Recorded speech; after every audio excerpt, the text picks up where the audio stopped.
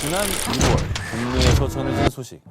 조선 숙종 때 공신들의 충성 맹세 기록을 담은 왕실 최대 규모 문서 20공신 회맹 축이 보물에서 국보로 승격됩니다.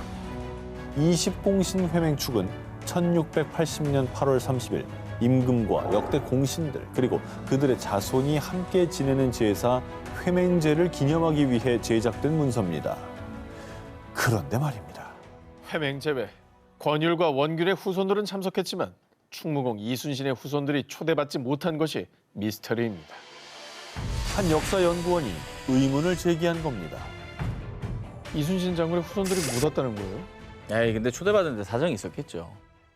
20공신 회맹축에는 숙종 6년 당시 회맹제에 참석한 412명은 물론 병가나 상중 등 개인적인 사유로 불참한 77명까지 총 489명의 이름이 기록돼 있습니다. 특히 임진왜란 당시 공을 인정받아 선조 37년 공신으로 책봉된 권율, 원균의 자손들은 기록이 돼 있는데요. 그러나 권율과 원균과 함께 1등 공신으로 책봉됐던 임진왜란의 영웅, 충무공 이순신의 자손에 관한 내용은 어디서도 발견되지 않았던 겁니다. 너무하네. 국민적 영웅이고 국가를 구한 공신인데 상식적으로 명단에 없는 거 진짜 이해 안 되고. 아, 저건 아니다. 그리고 이 미스터리를 더욱 증폭시키는 이순신 장군의 죽음에 대한 미스터리도 있습니다. 숙종 때 편찬된 김충장공 유사에 따르면요. 북을 치던 부관 송희립이 적탄을 맞고 쓰러지자 이순신은 투구를 벗고 돌격북을 치며 싸움에 맞서다 탄환에 맞아 죽었다. 외적의 총탄이 빗발치는 전장에서 그것도 조선 수군의 총사령관이던 충무공이 스스로 투구를 벗고 지휘를 했다는 게 쉽게 이해되지 않는 상황이죠. 전장의 뒤에서 그럼. 사기를 북돋으면서 지휘를 해야 되는데 갑자기 투구를 벗고 싸운다? 이거 말이 안 되죠. 당시 동인과 서인의 당파 싸움이 극심한 시기였고요. 이순신 장군은 전쟁에서 승리하고 돌아가봤자 정치적 희생양이 될 것으로 판단, 후손들에게까지 화가 미칠까 봐 전장에서 투구를 벗고 일부러 총탄에 맞아 전사했다는 자결설도 있고요. 진짜? 자신의 죽음을 위장하기 위해서 아산 어리산 인근에서 15년간 칩거 생활을 했다는 은둔설도 있습니다. 지금도 이순신 장군의 죽음에 대한 의문이 여러 가지로 제기가 되고 있습니다.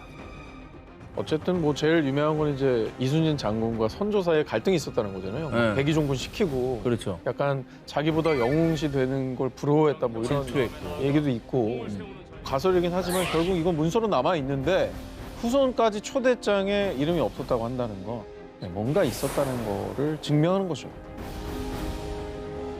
제2차 세계대전 당시인 1944년 7월 31일 오전 8시 30분경 연합군의 프로방스 상륙작전에 필요한 지도 제작용 항공사진 촬영을 위해 이륙한 정찰기 P-38 라이트닝. 그런데 해당 정찰기가 그 어떤 구심도 없이 감쪽같이 사라지는 사건이 발생. 해당 정찰기 실종 사건에 전 세계가 떠들썩해졌습니다. 그리고 사람들을 더욱 놀라게 한 건 이 조종사의 정체였습니다. 조종사가 누구길래 전 세계가 떠들썩해져요? 자, 이분은 모르는 사람이 없어요.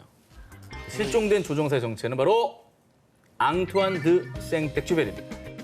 제 원래는 파일럿이었죠. 아셨어요? 네, 전 알고 있었습니다. 오호. 1939년 육군 정찰기 조종사로 활동한 뒤 국제우편 항공기 조종사로도 일한 베테랑 조종사였던 생텍쥐베리. 베테랑이었던 그가 아무런 무전도 없이 사라진 데다가 심지어 그 어디에서도 그의 시신이나 정찰기의 파편조차 발견되지 않자 그의 죽음에 대한 다양한 추측이 제기됐습니다. 사실 경력이 되게 많은 베테랑이었거든요. 네. 뭔가 소설처럼 사라지셨어요. 그러니까 무전도 없이. 그러니까. 네. 감쪽같이. 도대체 어디로 가신 걸까? 자, 먼저 생텍쥐베리의 자살설이 돌기 시작했습니다.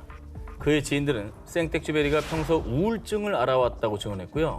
그리고 그의 작품을 사랑하는 독자들은 그가 작품 속 어린 왕자처럼 그의 별을 찾아 자살한 것이 아니냐라고 추측을 했습니다. 사실 뭐 작품 속에 여러 가지 의미를 많이 담겨져 있잖아요. 판타지도 있고 또 약간 쓸쓸하기도 해서 네. 죽음에 대한 뭔가 환상적인 의미 부여를 하기가 쉬울 수밖에 없을 것 같아요. 그런데 말입니다. 그가 실종된 지 54년 뒤인 1998년 프랑스 마르세유 인근에서 조업 중이던 한 어선의 그물에 은팔찌 하나가 감겨 올라왔습니다. 거기에 앙투안 드 생텍쥐베리라는 이름이 선명하게 새겨져 있었고요. 인식표가 있었네. 그렇죠. 2004년 생텍쥐베리가 탔던 정찰기의 제조 번호가 찍힌 부품까지 발견되며 실종 60년 만에 미스테리했던 그의 죽음의 진실이 밝혀지는 듯 했습니다. 그런데 2008년 한 남성의 충격적인 고백. 제가 생텍쥐베리의 정찰기를 격추했습니다. 독일 공군 조종사였던 호르스트 리페르트가 1944년 7월 31일 프랑스 남부 해상을 비행하던 중 P-38 라이트닝을 발견하고 격추했고 이후 라디오 방송을 듣다가 자신이 격추한 비행기 조종사가 생텍쥐베리였음을 알게 됐다고 인터뷰한 것이죠. 왜 하필 또 시간이 한참 지나서 60년이 지난 2008년에 이걸 또 밝힙니까?